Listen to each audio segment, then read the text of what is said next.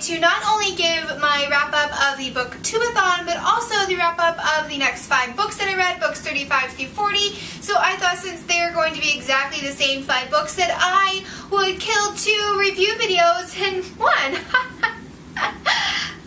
Okay, so to start this video off, let's do some statistics from the week of the Booktubeathon. The page count that I ended up at was 1,021 pages. I finished 5 books. I started 3 and I read 1 that was not even on my TBR. And of those 5 books that I finished, 2 of them were graphic novels, 2 of them were novellas, and 1 of them was a full-length book. And it be nice. You have little kitties and Bandit doesn't really like them. Okay, and then with the challenges, I completed 6 challenges out of the 7. And for the video challenges, I finished all 7 of the video challenges, which I will link down below in a playlist if you want to go check those out. I really think they're just fantastic. I thought they were fantastic. And there is an overlining story arc throughout all 7 videos, which I think is just pretty awesome. Okay, so let's get started with the books that I read and the challenges that go along with them. So the first challenge was to read a book with yellow on the cover.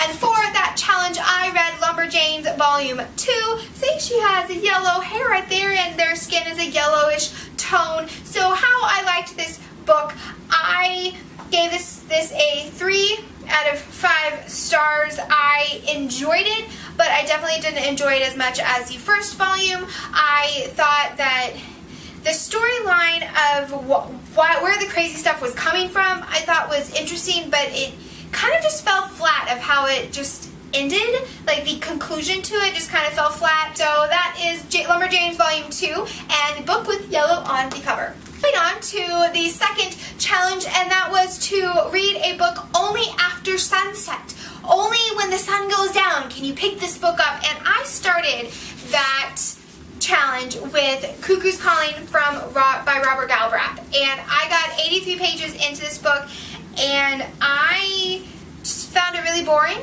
I haven't decided if I'm going to continue or if I'm going to DNF it. So I really want your thoughts down below. If you've read this and you say, hey, the last half of the book is superb, it's fantastic, it's really actiony, and you know, I would be willing to read another 100 or so pages of kind of just this like buildup of something that can be amazing. But if the whole book is going to be more of just kind of telling you about this crime and how it gets solved without any like action, then I don't think I want to continue. So let me know down below if it's worth continuing. So I put this one down and I picked up Immature Dream by Tamara Alexander. I also finished Volume 3 of Lumberjanes After Dark as well. Okay, and then the third challenge was to read a book by your favorite author, and that one of my favorite authors is Tamara Alexander, and so I read Immature Dream, and I really enjoyed this. This is a novella of a secondary character from her last book, which I believe was To Win Her Favor. And so I do definitely believe that you need to read that book first if you plan on reading this book, only not because this novella spoils anything from To Win Her Favor, but you get a little bit more background. And I absolutely loved it. It was so good.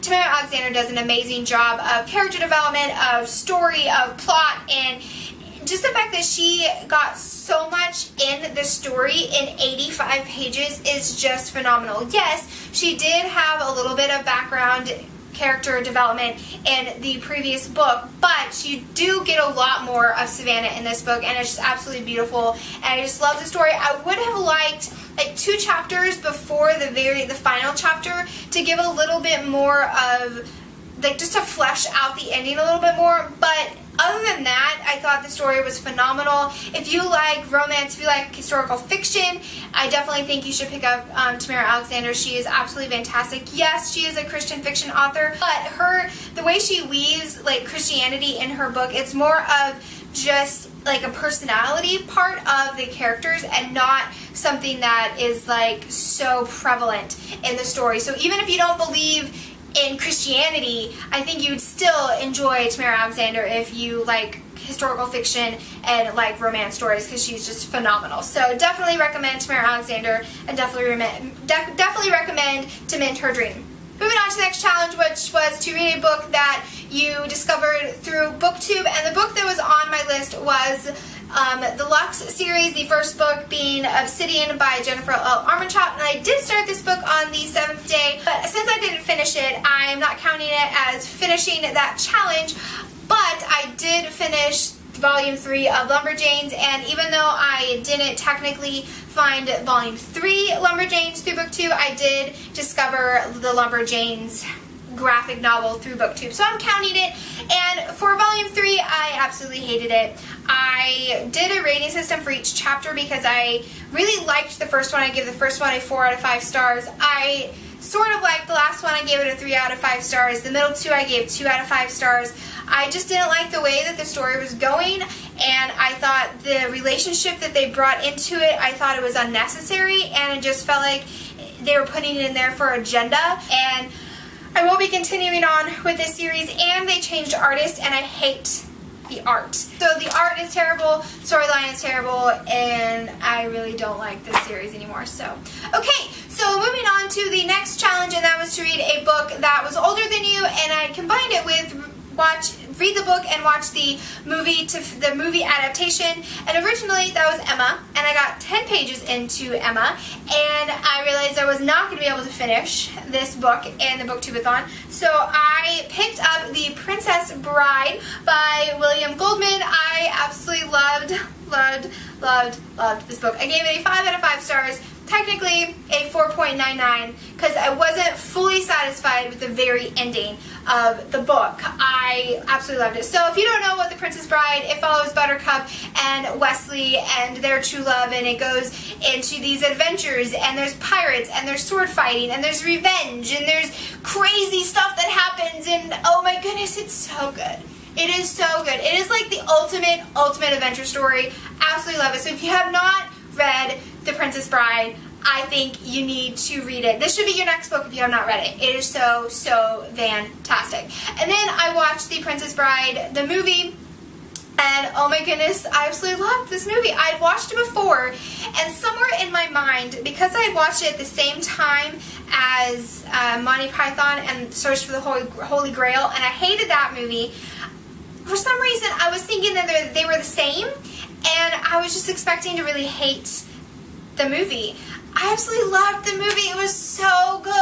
It was so good. So good. I mean, yes, the effects and the scenery, it's very fake, but it's just so fun, and it really did a great job of portraying the book. And so, yes, highly recommend the book, highly recommend the movie. It was so much fun, so much fun. So the last book that I finished was not part of any challenge, and that was The April Bride by Lenore Worth. This was another novella in this book, and I did not like it. So it follows this couple that were high school sweethearts. They get engaged before the guy gets deployed, and then he gets injured while he is overseas, and he comes back, and it's just him like dealing with the aftermath of being at war and being injured. And then you have her trying to deal with the fact that, you know, she's trying to plan a wedding and things are so different, and it could have been really good. I thought that the premise of the story was really good. I thought that it could have been fantastic, and it just was not. So I gave this, I believe, a 2 out of 5 stars. So that is The April Bride by Lenore Worth.